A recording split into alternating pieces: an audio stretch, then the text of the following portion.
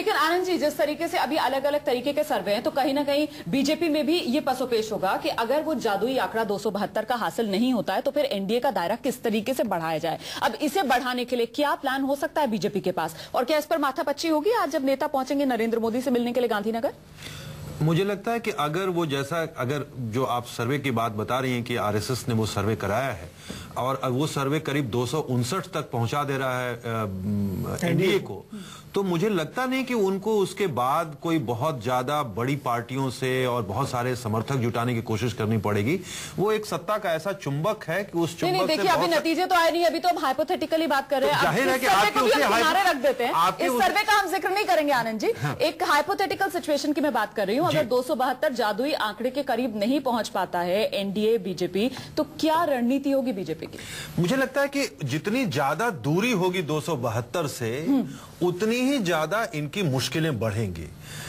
जितनी ज्यादा वो नजदीक होंगे उतना ही आसान होगा। तो अब उस लिहाज से देखिए क्या है कि मुश्किल ये है कि खुद कांग्रेस की जो बुरी हालत है और तीसरे मोर्चे की जो पार्टियां हैं या जो अदर्स जिनको अब हम ज्यादा कहें तो ज्यादा बेहतर है, उनके अंदर जो जिस तरह के डिफरेंसेस हैं और जिस तरह के एम्बिशंस हैं, उसमें लगता नहीं है कि कोई एक मत बन पाएगा या उनके बीच कोई एक इस तरह का कोलिशन बनने की स्थिति पैदा हो पाएगी। हालांकि राजनीति हमेशा संभावनाओं का खेल है और वो शुरू हो गया।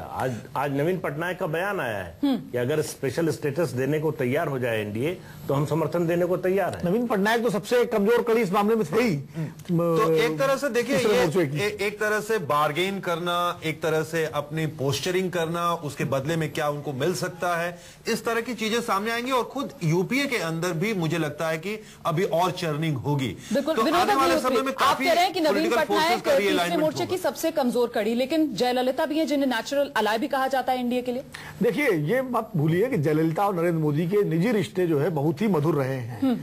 और इसका शशिकला वाला प्रकरण हो या जयललिता के शपथग्रहण में नरेंद्र मोदी गए और नरेंद्र मोदी के शपथग्रहण में जयललिता आई, तो उनके बीच एक लगातार संवाद बना रहा है। ये अलग बात है कि चुनाव के समय जब चेन्नई गए नरेंद्र मोदी, उन्होंने तमिलनाडु की सरकार पर हमले किए तो जयललिता ने भी उसका जवाब दिया, लेकिन वो सिर्फ चुनावी पोस्टरिंग थी।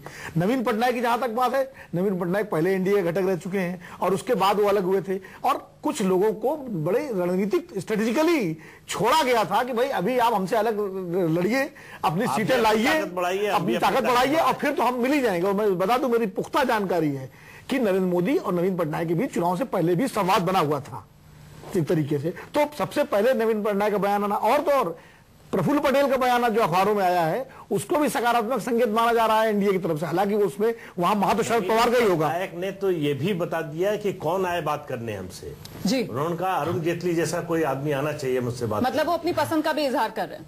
मतलब बड़ा नेता आना चाहिए, उनका कहने का मतलब है कि जो और जो बैकडोर चैनल बात का वेट हो, जो बात पर भेजे जाते हैं, चंदन मित्रा को ना भेजा जाए। नहीं देखिए, लेकिन इसमें ये बातें सब सही है। मैं अपने मित्रों से एग्री करता हूं कि ये जो राजनेता होते हैं, you see power is the biggest glue, सबसे बड़ी गोंद जो होती है, और जहां जहां शहद होता है वहां वहां मक्खियां आई जाती हैं। तो अगर शहद का पिटारा इनके पास है तो मक्खियां आएंगी। लेकिन मैं कोई और बात करना चाहता हूँ। मैं ये कहना चाहता हूँ कि जो 2009 का इलेक्शन था उसके बाद जो यूपीए का जो एग्रीगेट था वो 262 था और उसके बाद उन्होंने अपनी सरकार बनाई और उसके बाद जिस तरह से उस सरकार को यातनाएं झेलनी पड़ी और जो उसकी छीछा लेदर हुई, मेरा ये मानना है कि इस देश में पुख्ता और संतुलित सरकार चलाने के लिए आपको 272 का आंकड़ा नहीं, कम से कम अपने दम पर 280 या 90 का आंकड़ा चाहिए। 300 हो तो बहुत अच्छा है, क्योंकि बहुत बार कॉन्स्टिट्यूशनल अमेंडमेंट्स भी आपको लाने पड़ते हैं। लेकिन सबसे बड़ा जो एक्लीज हील है, जो दुखता हुआ फोड़ा है, वो है राज्यसभा।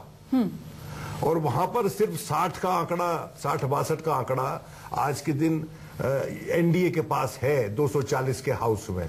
और इनको खुद पता है कि उन्होंने किस तरह का जैपनीज टॉर्चर यूपीए सरकार का उस ऊपर वाले हाउस में किया था। तो मैं समझता हूं कि वो यात्राएं झेलने के लिए अब जो भी सरकार बनती है, अगर भारतीय जनता पार्टी के नेतृत्व में बनती है, उसको तैयार रहना चाहिए। नहीं, उसका इम्प्लीकेशन नहीं प्रदीप जी, सवाल अब ये कि जो बात विनोद जी कह रहे हैं यहाँ पर, यूपीए 262 हमने देखा किस तरीके से बार बार उसे मजबूर सरकार कहा गया। अब यहाँ पर एक शख्सियत उभर कर आई है सामने, नरेंद्र मोदी, जो बताते हैं कि उनका 56 इंच का सीना है, जो बताते हैं कि किस तरीके से वो निर्णायक फैसले लेते हैं। अब अगर वो नंबर गेम के अंदर बीजेपी या एनडीए पिछड़ता है, तो नरेंद्र मोदी क्या इस बात को नहीं समझेंगे कि जो पूरी साख जो उन्होंने अपनी बनाई है इस चुनाव प्रचार में, उसके लिए कितना बड़ा धक्का होगा अगर एक कमजोर सरकार के वो नेतृत्व करते हुए नजर आए तो?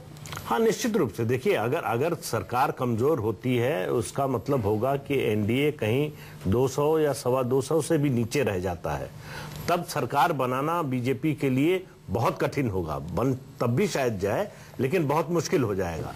लेकिन उस 250 के ऊपर कोई भी संख्या एनडीए की सरकार बनाने में दिक्कत नहीं होगी। लेकिन जो विनोद जी कह रहे हैं कि असली समस्या सरकार चलाने में राज्यसभा से आएगी, और उसी को मद्देनजर रखते हुए मुझे लगता है, जो टाइम्स नाउ के इंटरव्यू में नरेंद्र मोदी ने कहा कि सरकार चलाने के लिए तो हमको ज्यादा लोगों की जरूरत नहीं पड़ेगी, लेकिन देश चलाने के लिए ज्यादा लोगों की जरूरत, सबके समर्थन की जरूरत पड़ेगी।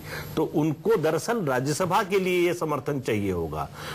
एनडीए के 250 पौने 300 सीटें आ जाती हैं या 300 भी आ जाएं, तब भी राज्यसभा में उनको अलग सहयोगियों की जरूरत पड़ेगी।